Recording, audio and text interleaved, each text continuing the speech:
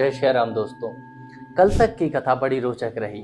कैसे हनुमान जी के पूंछ में आग लगाते हुए रावण के घर का, लंका का सारा तेल, सारा घी और सारे कपड़े समाप्त हो जाते हैं। इसके बाद हनुमान जी कैसे छोटा सा स्वरूप धरकर लंका के हर एक परकोटे, हर एक अटारी, हर एक दीवार, हर एक मकान पे चढ़कर वहां आग लगा देते हैं।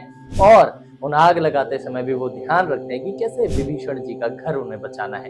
पूरी लंका में, सोने की लंका में विभीषण के घर के अलावा सारे घर जला दिए गए। केवल दो जगह, एक अशोक वाटिका जहां मां सीता रहती थी, दूसरे विभीषण जी जहां विभीषण का घर था, और तीसरे त्रिजटा का घर। ये तीन ही घर ऐसे थे जिन्हें हनुमान जी ने बख्श दिया। बाकी सब घर, सारी लंका जला दी गई। उसके बाद हनुमान जी ने समुद्र में कूदकर अपनी पूंछ की आग बुझाई और अब वो माँ सीता के सामने हाथ जोड़ के खड़े हैं कि मैया, अब कोई निशानी मुझे दे दो कि जाके मैं श्री राम को दिखाऊं और उनको विश्वास दिला सकूं कि मैं माँ सीता का पता लगा कर आया हूँ। माँ सीता श्री राम के इंतजार में बैठी हुई है। इसीलिए वो हाथ जोड़कर अशोक वाटिका में खड़े हैं और माँ सीता से विनती कर रहे हैं। चलिए इसके आगे का प्रसंग आज दोहे और चौपाइयों के माध्यम से पढ़ते हैं, समझते हैं। जय श्री राम। सियावर राम जय जय राम, दोहा। पूंछ बुझाई खोई श्रम, धरि लघु रूप बहोर, जनक सुता के आगे ठाड़ भयो कर जोर। सियावर राम जय जय राम, मातु मोहि दीजे कछु चीन्हा, जैसे रघुनायक मोहि दीन्हा। चूड़ामणि उतार तब दयो, हर्ष समेत पवन सुत लयो। कहे हुतात असमोर प्रणामा, सब प्रकार प्रभु पूरन कामा। दीन दयाल विरधु संभारे, हरौ नाथ मम संकट भारी। तात शक्र सूत कथा सुनायो, बान प्रताप प्रभु ही समुझायो। मास दिवस महु नाथ न आवा, तो पुनि मोर जियत नहीं पावा। कहु कपि केहि विधि राखो प्राणा, तुमहि तात कहत अब जाना। तो ही देख शीतल भय छाती, पुनि मोह कहूँ सोई दिन सो राती। दोहा। जनक सुतहि समुझाए करे, बहुविधि धीरज दीन। चरण कमल सिर नाय कपि, गवनु राम पै कीन। सियावर राम जय जय राम, चलत महाधुनि गरजस भारी। गर्भ अस्त्र वही सुनि निश्चर नारी, नाग सिंधु एहि पार आवा। सबद किलकिला कपिन सुनावा, हर्षे सब बिलोकी हनुमाना। नूतन जन्म कपिन तब जाना, मुख प्रसन्न तन तेज विराजा। कीन सि रामचंद्र कर काजा, मिले सकल अति भय सुखारे। तलपत मीन पाव जिम बारी, चले हर्षि रघुनायक पासा। पूछत कथन भले की आशा, तब मधुवन भीतर सब आए। अंगद सम्मत मधु फल खाए, रखवारे जब बरजन लागे। मुष्टि प्रहार हनत सब भागे। दुआ। जाय पुकारे ते सब बन उजार जुबराज, सुनि सुग्रीव हर्ष कपि, करि आए प्रभु काज। सियावर राम जय जय राम। अब जब हनुमान जी पूरी लंका को जला चुके थे, उसकी शक्ति का परिचय ले चुके थे, तो उन्हें वापस माँ सीता की खोज खबर का वृत्तांत श्री राम को सुनाना था। अपने वानर भाइयों के पास समुद्र के उस पार वापस लौटना था।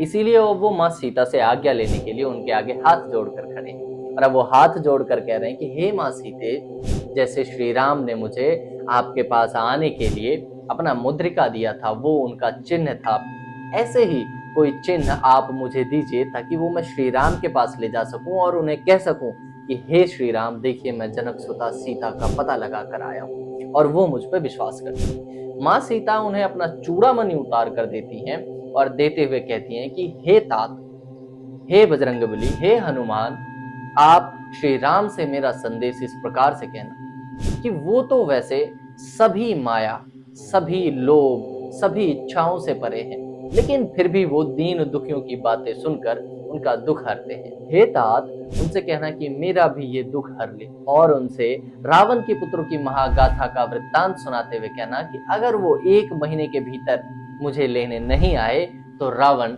मेरा सिर अपने चंद्रहास से काट डालेगा। मैं उनकी प्रतीक्षा कर रही हूँ। ये सब कहते हुए माँ सीता कहती हैं कि हे हनुमान, हे तात, तुम ही बताओ मैं अपने प्राण कैसे रखूं। इतने दिनों से मैं इस विरह में जल रही थी, इस अशोक वाटिका में अकेले बैठी थी, और फिर तुम श्री राम के दूत बनकर आए, जिससे मैं थोड़ी खुश हुई थी। अब तुम भी जा रहे हो, बताओ मैं अपने प्राणों को कैसे साधूं, मैं खुद को कैसे सब्र में रोक कर रखूं। वो स्वामी तुलसीदास यहाँ पर लिखते हैं कि माँ सीता से विदा लेकर हनुमान वहां से ऐसी गर्जना करते हुए वहां से कूद कर समुद्र की तरफ वापस लौटते हैं कि लंका में राक्षसियों के गर्भपात हो गए थे। और हनुमान जी समुद्र पार करके वापस अपने मित्रों के पास, अंगद, जामवंत जी के पास आए।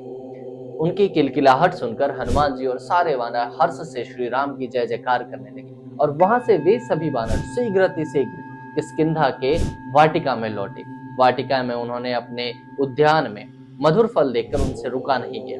वो सारे भूखे वानर वहां के फलों को खाने लगे, पेड़ों को तोड़ने लगे। वहां पे जो रखवारे थे, जो वानर वहां की सुरक्षा कर रहे थे, उन्हें मार मार कर वहां से भगा दिया गया। वो सभी भागते हुए सुग्रीव के पास गए और उन्हें ये समाचार देते हैं कि हे वानर राज, युवराज अंगद, जामवंत और हनुमान सहित सभी वानर किष्किंधा के वाटिका में आ गए हैं और वहां पर उत्पात मचाया हुआ। यह सुनकर सुग्रीव गुस्सा नहीं होते हैं। उन्हें अति हर्ष होता है कि यदि हनुमान, अंगद और जामवंत की जितने भी ग्रुप के लोग थे वो सीता माता का पता नहीं लगा पाए होते तो वो कभी किष्किंधा लौट कर नहीं आते। इसी खुशी में सुग्रीव वहां से दौड़ते हुए जामवंत, अंगद और हनुमान जी से मिलने वाटिका पहुंच जाते हैं, जहां पहुंचकर वो सबका कुशल मंगल करते हैं और वहां से सीधे श्री राम और लक्ष्मण के पास गुफा में पहुंच जाते हैं। ऋषिमुख पर्वत पर गुफा में जहां श्री राम लक्ष्मण बैठे होते हैं, वहां पर पहुंचकर हनुमान जी, जामवंत और अंगद समेत सुग्रीव श्री राम के चरणों में नमस्कार और अपना प्रेम समर्पण करते हैं। जय श्री राम दोस्तों, ये बड़ी छोटी सी कथा थी कि कैसे हनुमान जी माँ सीता को प्रणाम करके वहां से विदा लेकर उनसे लंका से वापस किष्किंधा की तरफ लौट जाते हैं। समुद्र के इस पार आने के बाद अपने मित्रों से मिलकर तुरंत किष्किंधा के वाटिका में पहुंच जाते हैं और वाटिका के रक्षकों को मार मार कर वहां से भगा देते हैं और वहां सुंदर फल खा रहे होते हैं। वाटिका से भागे हुए जितने भी वहां के रक्षक थे वो सुग्रीव को समाचार सुनाते हैं कि युवराज अपने साथियों समेत वाटिका में आ पधारे हैं। इससे आगे की कथा और भी मधुर होने वाली है, क्योंकि हनुमान जी, जामवंत जी, सुग्रीव और अंगद सब मिलकर राम के पास माँ सीता का समाचार लेकर जाएंगे। राम हनुमान की दोबारा पुनः सीता समाचार के समय मिलन का और श्री राम का हनुमान के प्रति प्यार, प्रेम, व्यवहार की जो कथा है वो और रोचक होगी। इसीलिए चैनल के सब्सक्राइब बटन को दबाकर बेल आइकन को प्रेस कर लें ताकि कल की कथा मिस ना हो। जय श्री राम।